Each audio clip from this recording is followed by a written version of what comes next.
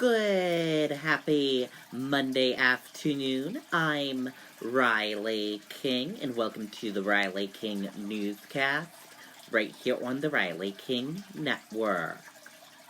We have a lot of news to get to this afternoon, but first we're going to begin with the weather.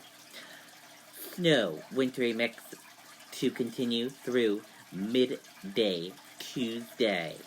Let's take a listen to that weather video from meteorologist Kevin Skarupa.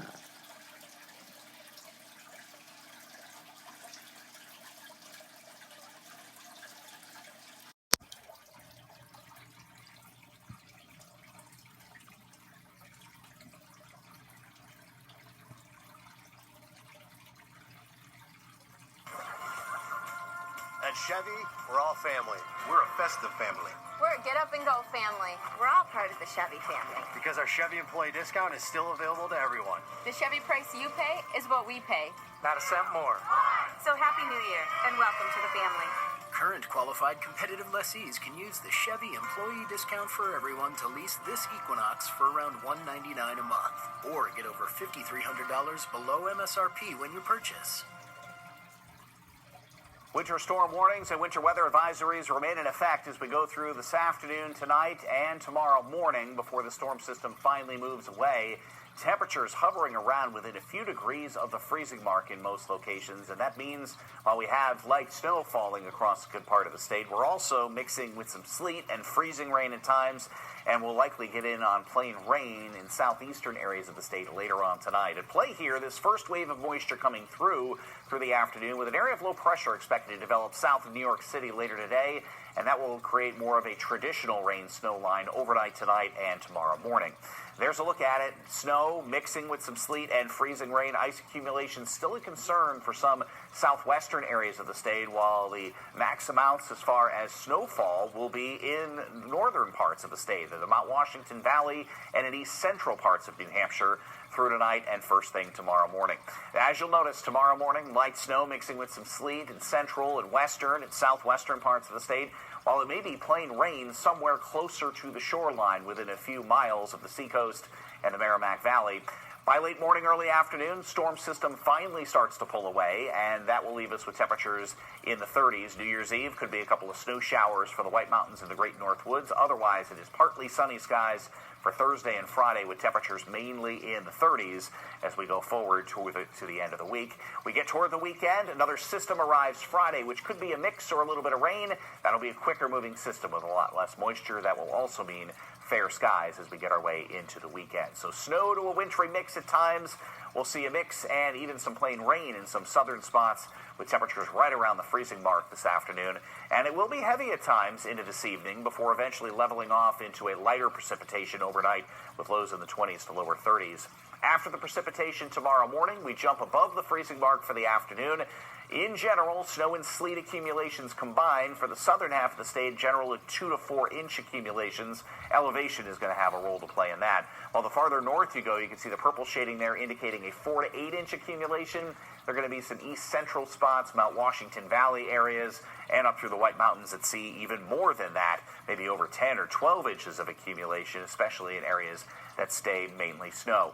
As far as ice accumulation, the potential still there for a 1/3 to a 1/2 inch of ice accumulation in parts of the Monadnock region, as you would expect, elevation also playing a role as far as that is concerned. So still a slick start to the day tomorrow, but things improving greatly by the time we get to the evening commute and for the New Year's Eve revelers. From there, partly sunny skies for Wednesday and Thursday. Okay, and there you go on that weather video from meteorologist Kevin Skarupa. And we have 237 closings and delays. If you want to see that complete list, just go to WMUR.com and one weather alert as well. Now let's take a look at your traffic this afternoon and see how your traffic is moving this afternoon.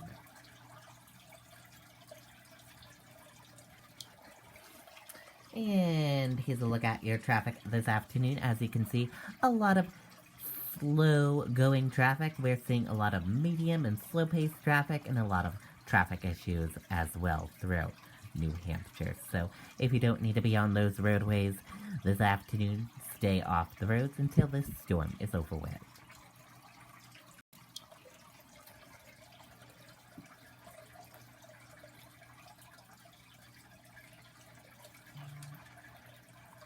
Approximately 1,200 customers throughout the southern portion of the state are without power at this time.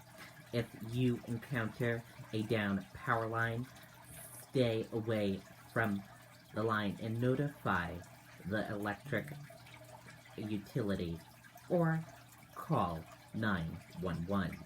And here are those numbers.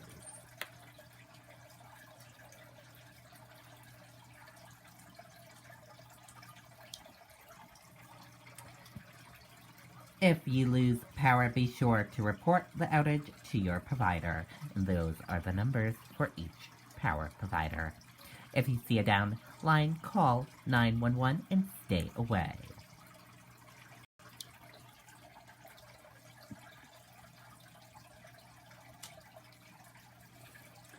Vehicle hits utility pole in Francistown, knocking out power for hundreds. Roads slick across state. Take a look at this photo right here.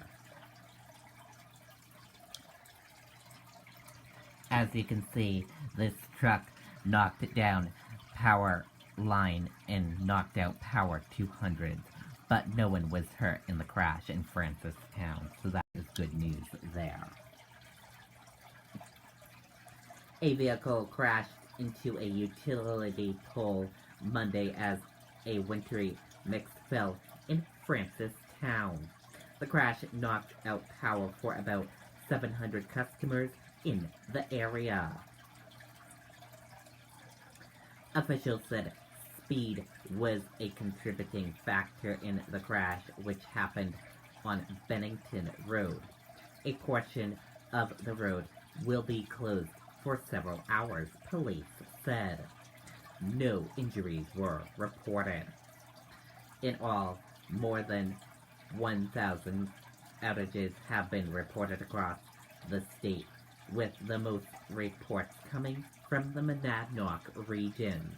About a half-inch of ice accumulation is possible in southwestern New Hampshire, which would likely lead to some tree damage and more power outages.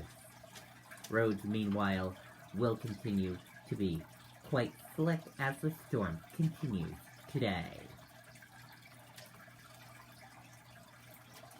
And look at this video from Jessica Moran on Twitter. Take a look.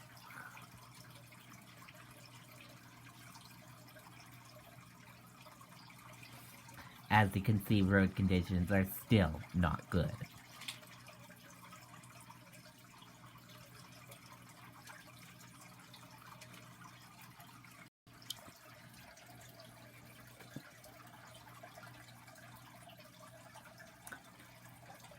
Right now, Eversource reports about 1,000 customers out, most in Francistown at 700 plus, or 73% of the customers there are. Also, 150 or 5% in Jaffrey, Lindenborough, and Fitzwilliam have a few dozen outages. These will fluctuate, so check Eversource New Hampshire outage map online for updates.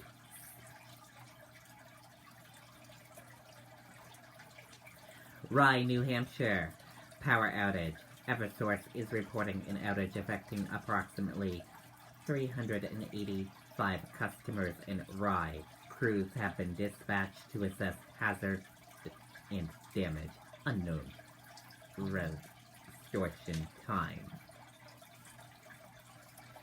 And at 11:21 a.m., this is what New Hampshire State Police posted on Twitter. Take a look.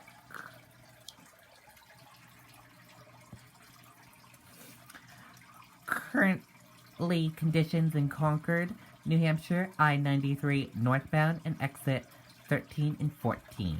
As you can see, this is what the roadways look like. Take it easy if you go out on the roadways. And here's what Chris Sununu posted on Twitter. New Hampshire, here are some tips for today's inclement weather. 1. Download New Hampshire Alerts app for emergency information in your area. 2. Drive slow and allow extra space between vehicles. 3. Do not crowd the plow or emergency workers. And 4. Keep an emergency kit in your car. Good tips there, as you can see. Hundreds of outages reported in New Hampshire continue.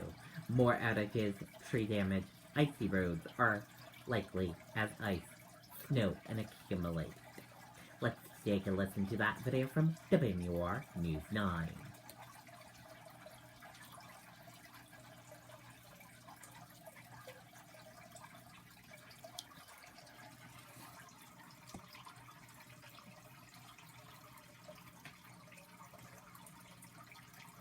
Good morning to you, Aaron. I don't know if you can see it, but we are being pelted with sleet here. It has really picked up in the past 5 or 6 minutes. This area is on track to get more than half of an inch of ice before this long-duration storm is said and done, and that brings with it the very real possibility of power outages. You can see ice coating the tree branches here, and it's starting to build up on the roadways as well. Going to be a complicated drive for people out here this morning. Certainly plan to take extra time. Aaron, I'll hand things back over to you.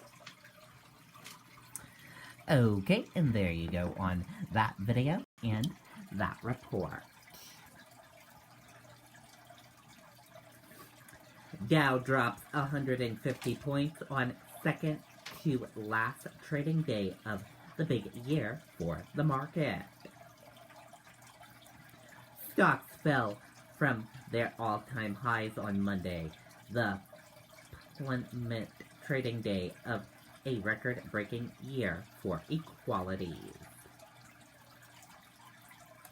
Video shows suspects arrest after 5 stabbed at Hanukkah party.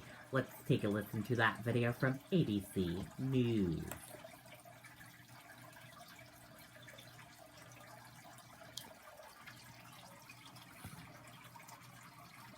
Another religious community is searching for answers after a terrifying attack. 5 people stabbed at a rabbi's home during a Hanukkah party with a large machete. New York's governor calling it an act of domestic terrorism. The suspect now in custody. Stephanie Ramos has more from Muncie, New York. And Stephanie, this is just the latest in a series of anti-Semitic attacks in the New York area. It is, Whit, and the governor says so far there have been 13 anti-Semitic attacks in New York. Here in Muncie, families were celebrating Hanukkah when they say a man barged into the home right behind me and started attacking them. They say this all could have been so much worse had they not fought back, forcing him to run off. Overnight, police releasing this surveillance video showing the arrest of 38-year-old Grafton Thomas, the man accused of attacking 5 people during Hanukkah celebrations this weekend.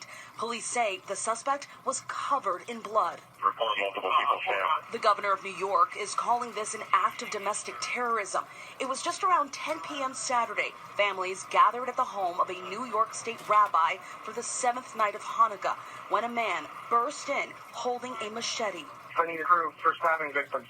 Those inside describing a scene of terror. I ran into the other room because I tried to save my life. I saw him running down this way. Just swinging his sword, knife, I don't know what it was, back and forth, hitting people. One of the 5 stabbed is in critical condition with a skull fracture. Why did you do it? Police say the suspect ran from the home and headed toward the nearby synagogue. The Community Public Affairs Council posting this surveillance video, which they say shows the suspect leaving the scene. I saw him going into his car. I followed him to make sure that he doesn't go into the synagogue. Appearing in court in a white plastic jumpsuit, the suspect is now charged with 5 counts of attempted murder. Overnight, Thomas's family releasing a statement saying Grafton Thomas has a long history of mental illness and hospitalizations. He has no history of violent acts and no convictions for any crime. He has no known history of anti-Semitism. New York Governor Andrew Cuomo condemning the attack, which he says is part of a pattern. This, the 13th incident in New York State in the past month. We have increased security in this state. I think it's time to step up the law enforcement. And earlier this month, 3 people were killed after a shooting at this kosher grocery store in New Jersey. The FBI is working to gain access to all of Thomas's online accounts, his devices, to figure out a motive. Thomas is due back in court this Friday. His bond has been set at $5 million. TJ. All right, Stephanie, thank you so much. Okay, and there you go on that video and that report. And that does it for this afternoon edition of the Riley King Newscast right here on the Riley King Network. I hope you all have a great rest of your afternoon. And I'll see you back here tonight for another newscast. Have a great rest of your day, everyone.